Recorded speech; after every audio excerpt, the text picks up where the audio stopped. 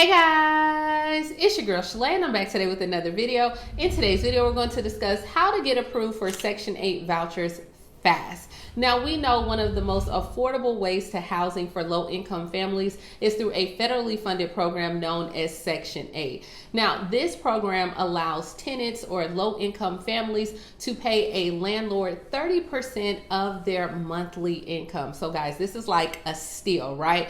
But the whole problem with this is it can take forever for you to actually get the money or even get on the wait list or even just get a call to get a home, okay? I mean, you got a better chance of winning the lottery than you do getting on this wait list. But if you want to know how to get on there a lot quicker, you already know what to do. Stay tuned. Your girl's got you covered. Now, if this is your first time tuning into my channel, hi, hello, hey friends. My name is Shalae, and here on this channel we talk about shopping, saving, and everything in between. I would love to have you a part of my internet family. Super easy. Click the big old red subscribe button down below and you are in just like that. And while you're at it, go ahead and give me a like because you love me bringing this content to you each and every single day, and I enjoy doing it. Now guys, let me go ahead and tell you right now. The first thing I need for you to do is to be aware of the application announcement. Most states or counties will open up a window on when they begin accepting applications.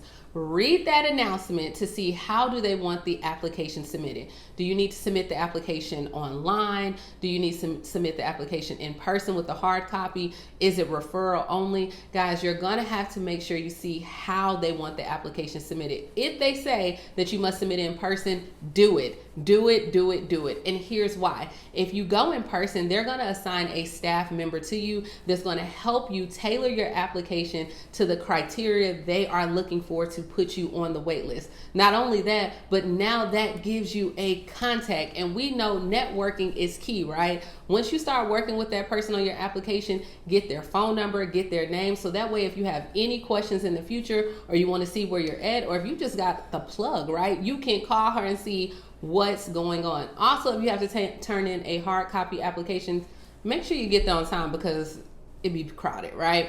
Now, if they say referral, a referral will come from like the child welfare branch or even like a homeless agency. Those will help you as well, but nothing speeds up like getting you on that list like a doctor's note. I'm telling you, if you have a doctor, go ahead and have your doctor's note there with you, as well as go ahead and sign up for any email alerts just to make sure you don't miss out on the announcements of the application, and sign up for text messages as well. Now, the next thing you need to do is know the income requirements. Eligibility for housing vouchers are determined based on the housing agency, as well as like your gross income, your family size. So you need to know the income bracket for your family. If you're working, this is not a time that you want to do overtime. I know you may want all the coins, sis, but I need for you to use like your vacation time, your PTO, your FMLA. I need you to bring that income down, because during the application process, they're going to want your check stubs. They're going to look at your family income assets, your family composition, your bank accounts, your blood type, your kidney. They're going to want everything, sis. So you cannot show them where you have this money in the bank or any other agencies, because they're going to be like, girl, we're not about to give you nothing. You make all this money. So if you want to get approved based on your income, just make sure when you're going to submit that application that your income is down. And that applies as well for self-employed. So if you are self-employed, they're going to look at like your past tax returns as well. So keep that in mind. Tip number 3 is, do you qualify for local preference? Because if you qualify for local preference, then families with local preference get to move ahead of those who do not have it. So it's like you George and Wheezy, right? You moving on up, right? Yes, you get to move up. Now you're like, girl, what is local preference? What is this, Shalae? Well, local preference is for a family who is homeless, or maybe you're living in substandard housing right now, or maybe even you're paying more than 50% of your income to rent, or even just like involuntary displaced. So families who qualify with local preference, especially if you have children, you want to make sure that you list this on your application, because girl, you get to go up, okay? And there's levels to this Section 8 thing, okay? Like there is levels, mama.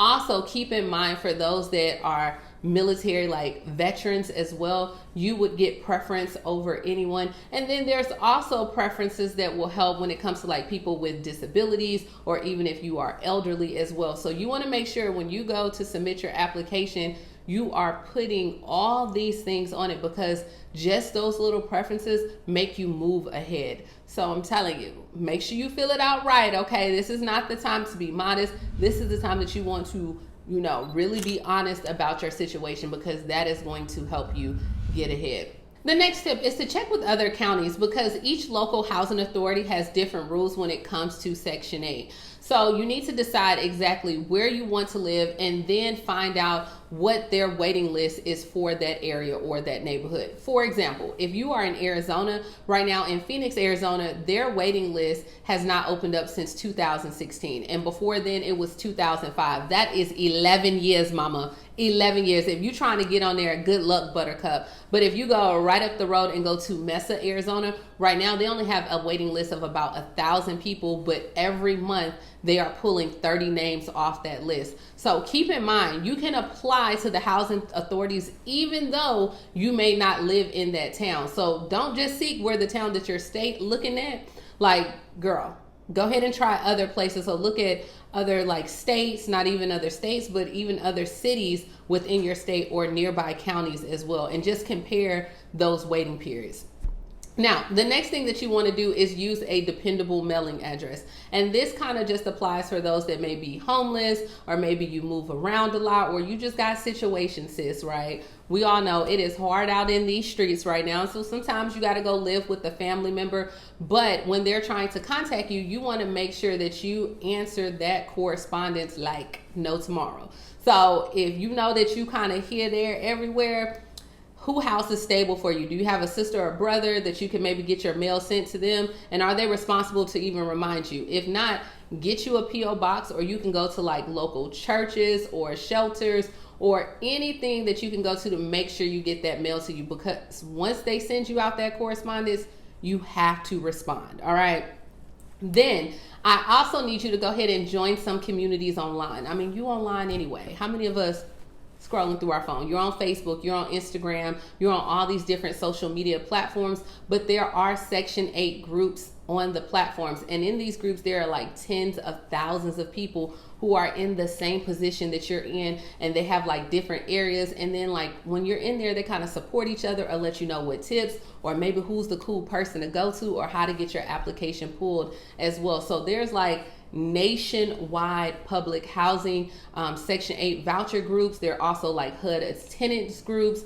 There's, I'm trying to think, let me think, like there's housing choices group. I mean, there are so many groups out there. So you definitely want to be a part of these communities, because they're going to give you all the tips and tricks. And I mean, they're in the trenches with you, right?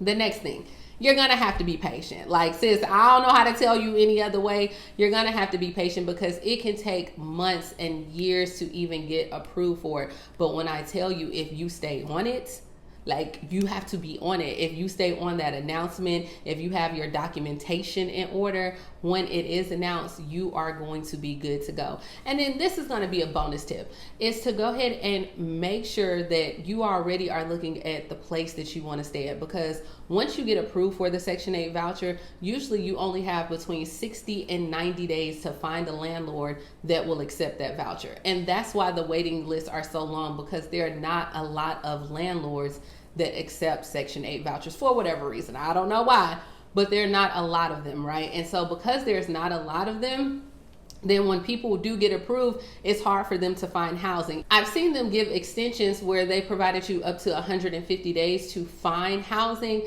However, this is not a guarantee. So just make sure that you are kind of looking in an area, or maybe you have an idea that once you do get approved for it, that you have a place to go. Because sis, I would hate for us to have done all this work. You got on the list, you got approved, and now you cannot secure housing because no one wants to accept that voucher. So that's all I have, guys. This is how you can get approved, okay, really quickly for your Section 8 vouchers. Let me know down below, have you applied for Section 8? How long did it take for you to get on there? Are you looking for housing? And let me know if you like videos like this, because I enjoy researching and find this information out. But as always, please like, comment, subscribe, and I will talk to you guys tomorrow. Bye, guys.